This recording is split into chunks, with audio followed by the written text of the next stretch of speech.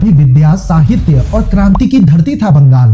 रविंद्रनाथ ठाकुर, नेताजी सुभाष चंद्र बोस, स्वामी विवेकानंद जैसे महापुरुषों ने यहाँ से पूरे भारत को रास्ता दिखाया। लेकिन आज वही बंगाल गुंडाराज, भ्रष्टाचार और खून खराबे का दूसरा नाम बन चुका है।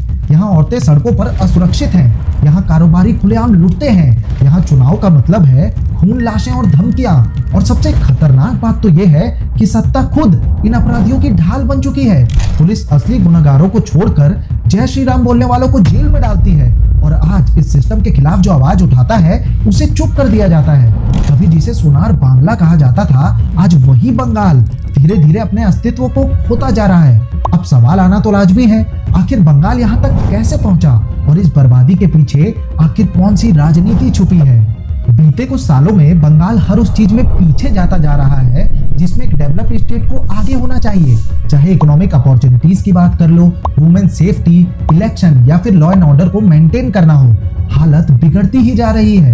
आप खुद सोचिए, स्टेट की सीएम खुद एक वुमेन है, लेकिन उसी स्टेट में, उसी बंगाल में सड़कों पर महिलाओं को लाठियों से पीटा जाता है और अगर रेप एक्यूज्ड का टीएमसी से लिंक निकल आता है तो केस को पूरी तरह से दबा दिया जाता है।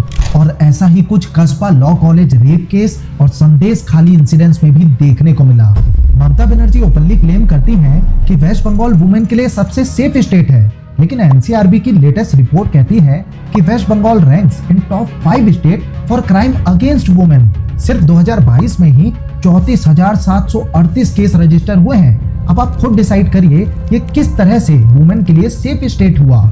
और दूसरी तरफ बेरोजगारी स्काई रॉकेट कर रही है, इंडस्ट्रियल ग्रोथ स्लो है। 2016 से 2023 के बीच बंगाल ने 3 मिलियन इनफॉर्मल जॉब्स खो दिए और अगर इस डेटा को कंपेयर करो महाराष्ट्र के साथ तो वहां इसी पीरियड में 2.4 मिलियन जॉब्स ऐड हुए हैं। और सिर्फ इतना ही नहीं है, 2019 से 2024 के बीच 2227 कंपनी ने अपने रजिस्टर्ड ऑफिस को बंगाल से दूसरे स्टेट में शिफ्ट किया है। अब आप खुद सोचिए, जिस स्टेट में बिजनेसमैन और इंडस्ट्रियलिस्ट को पॉलिटिकल वर्कर्स हैरास करें, छोटे बिजनेस से हफ्ता वसूली हो, वहां कोई बिजनेस क्यों टिकेगा। एक वायरल वीडियो तो आपने देखा ही होगा जिसमें टीएमसी वर्कर्स एक ऑफिस में घुसकर एक महिला से जबरदस्ती करते हैं कि you must speak in Bengali. ये है आज के बंगाल की सच्चाई, स्लोली टर्निंग इनटू गुंडाराज, जहां लॉ एंड ऑर्डर नाम की अब कोई चीज बची ही नहीं है। रियल क्रिमिनल्स को पकड़ने की बजाय वेस्ट बंगाल पुलिस बिजी है ऑनलाइन इन्फ्लुएंसर्स और जय श्री राम बोलने वाले लोगों को अरेस्ट करने में, क्योंकि ममता बनर्जी को इस नारे से पर्सनल प्रॉब्लम है और ये चीज इस वीडियो में क्लियरली दिखाई देती है।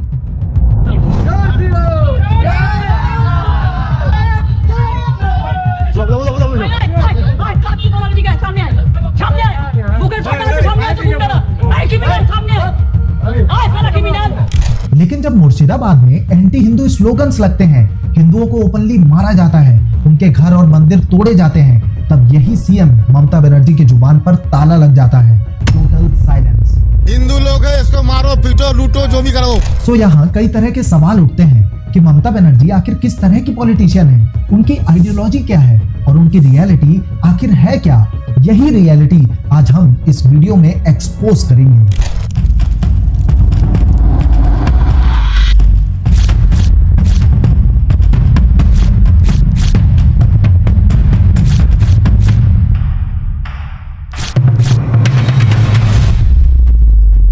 अभी रिसेंट की ही एक घटना है कि ममता बनर्जी ने ट्विटर पर एक वीडियो को शेयर किया, क्लेम किया कि दिल्ली पुलिस ने एक माइग्रेंट मुस्लिम और उसके बच्चे को मारा पीटा और उनसे 25,000 भी वसूले और रैली में भी उन्होंने इस बात को दोहराया। लेकिन जब दिल्ली पुलिस ने इन्वेस्टिगेशन की और उस औरत के घर के आसपास के सीसीटीवी फुटेज को चेक किया गया, तब सच सामने आया। कोई मारपीट नहीं हुई, कोई पुलिस पर्सनल वहां गया ही नहीं था और पूरा वीडियो फैब्रिकेटेड था। और उस औरत से ये पूरा ड्रामा करवाया था उसके एक रिलेटिव ने, जो मालदा वेस्ट बंगाल में ही रहता था और पॉलिटिकल वर्कर भी है, मोस्ट प्रोबेबली टीएमसी से जुड़ा हुआ है। और सबसे शॉकिंग बात तो ये है कि आज तक किसी को ये भी नहीं पता कि वो औरत इंडियन भी थी या नहीं, क्योंकि चांसेस तो इस बात के भी हैं कि क्या पता वो बांग्लादेश से आई इलीगल इमिग्रेंट भी हो सकती है। लेकिन भला ममता दीदी को इससे क्या फर्क पड़ता है। उन्होंने बस ये वीडियो देखा, उन्हें लगा ये मेरे काम का है, तो उन्होंने तुरंत शेयर कर दिया। लेकिन एक सवाल तो है कि जब टीएमसी के वर्कर ने खुली सड़क पर एक औरत को लाठियों से बुरी तरह पीटा था, वो भी 100 लोगों के सामने, तब ममता बनर्जी ने चुप्पी क्यों साध ली थी। तब कोई पोस्ट या कोई आउटरीच क्यों नहीं आया। और यही सबसे बड़ा फर्क है अपॉर्चुनिस्टिक पॉलिटिक्स और रियल लीडरशिप में।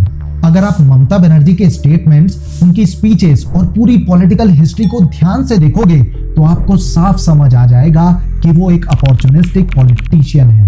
वो सिर्फ वही बात बोलती हैं जो उनके पॉलिटिकल एजेंडा को सूट करे, और जैसे ही उनकी पार्टी पर आरोप लगता है वो तुरंत इग्नोर कर देती हैं। इवन शुरू से ही ममता बनर्जी का कोई स्ट्रॉन्ग पॉलिटिकल स्टैंड नहीं है। वो अपनी आइडियोलॉजी बार बार शिफ्ट करती रहती हैं। उनका पॉलिटिकल करियर शुरू हुआ 1970 में, जब वो सिर्फ 15 साल की थी और जोगमाया देवी कॉलेज में पढ़ रही थी। उसी समय उन्होंने कांग्रेस के स्टूडेंट विंग को ज्वाइन किया और अग्रेसिव स्पीचेस देने से जल्दी ही पहचान बना ली। फिर उन्हें Indian national trade union Congress का सेक्रेटरी बना दिया गया, लेकिन उन्हें रियल रिकॉग्निशन तब मिला जब उन्होंने 1984 लोकसभा इलेक्शन में सीपीआईएम के जायंट लीडर सोमनाथ चटर्जी को हराया और सिर्फ 29 साल की उम्र में जादवपुर कॉन्स्टिट्यूएंसी से एमपी बन गई। अब यहाँ सबसे इम्पोर्टेंट और सबसे समझने वाली बात तो ये है कि ममता बनर्जी ने अपना करियर लेफ्ट पार्टीज के खिलाफ ही शुरू किया था। वो स्ट्रांगली लेफ्ट की पॉलिटिक्स को अपोज करती थी, लेकिन बाद में खुद उनकी ही सरकार टीएमसी गवर्नमेंट ने लेफ्ट स्टाइल पॉलिटिक्स को पूरी तरह अपना लिया, जिसे हम आगे इस वीडियो में डिटेल में समझने वाले हैं।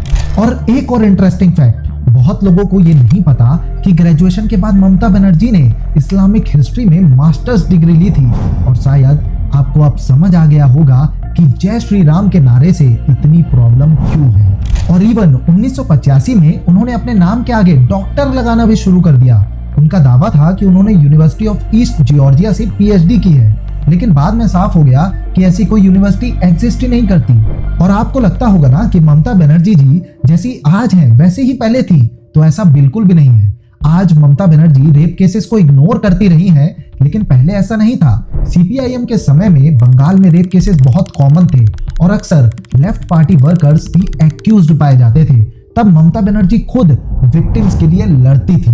जनवरी 1993 इसका एक बड़ा एग्जाम्पल है, जब उन्होंने एक लड़की के लिए कोलकाता की राइटर्स बिल्डिंग के बाहर प्रोटेस्ट किया था। ये लड़की बोल और सुन नहीं सकती थी और सीपीआईएम के एक लोकल वर्कर ने इसके साथ रेप किया था।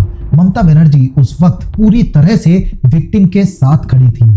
उस वक्त की बात शायद कुछ और ही थी। ममता बनर्जी चीफ मिनिस्टर ज्योति बासु के चैम्बर के बाहर जाकर बैठ गई थी। पूरे 3 घंटों तक वहीं धरने पर बैठी रही। उनकी डिमांड साफ थी, एफआईआर लिखो और एक्यूज्ड को अरेस्ट करो। लेकिन इसका नतीजा काफी अलग निकल करके आया था।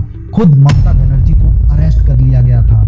अब सीन को पलटते हैं और आज की सिचुएशन को देखते हैं। बंगाल में उनकी खुद की ही गवर्नमेंट है और आज कई रेप केसेस में एक्यूज्ड टीएमसी के वर्कर्स निकलते हैं।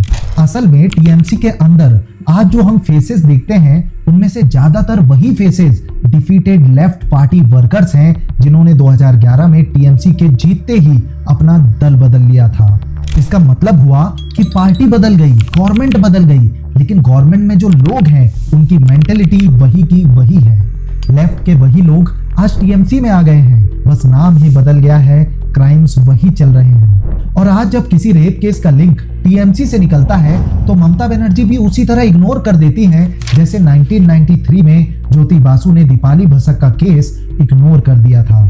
लेकिन फर्क यहाँ और भी खतरनाक हो जाता है। जब लोग वुमेन सेफ्टी के नाम पर प्रोटेस्ट करने निकलते हैं तो ममता बनर्जी की गवर्नमेंट उन पर कैनन्स और टीयर गैस चलवाती है। और कई बार तो वो इस हद तक चली जाती हैं कि गैंग रेप के केसेस को फेक बता देती हैं, कह देती हैं कि अपोजिशन ने उन्हें बदनाम करने के लिए केसेस गढ़े हैं। तो अब सवाल तो पूछा ही जाएगा कि क्या ममता बनर्जी का वुमेन सेफ्टी एक्टिविज्म सिर्फ तब तक था जब वो अपोजिशन में थी, और जैसे ही पावर मिली उनका स्टैंड पूरी तरह से बदल गया। और ये बदलाव सिर्फ वुमेन सेफ्टी तक लिमिटेड नहीं है। इल्लीगल बांग्लादेशी इमिग्रेंट्स के इश्यूज पर भी ममता बनर्जी का स्टैंड बार बार बदलता रहता है। आज हम सब जानते हैं कि इल्लीगल बांग्लादेशी इमिग्रेंट्स इंडिया के लिए एक बहुत बड़ी प्रॉब्लम है। आज के समय में करीबन 2 करोड़ से ज्यादा बांग्लादेशी इल्लीगल इमिग्रेंट्स हमारे देश में रह रहे हैं। ये लोग फेक आधार और फेक राशन कार्ड बनवाते हैं, बॉर्डर क्रॉस करते हैं और यहाँ झुग्गी झोपड़ी बनाकर सरकारी जमीन पर कब्जा कर लेते हैं। और जब गवर्नमेंट बुलडोजर लेकर उनके इल्लीगल सेटलमेंट्स को हटाने जाती है तो ये उल्टा सरकार को गाली देने लगते हैं। और शॉकिंगली इन्हें बचाने के लिए कई सारे पॉलिटिशियंस भी मैदान में आ जाते हैं।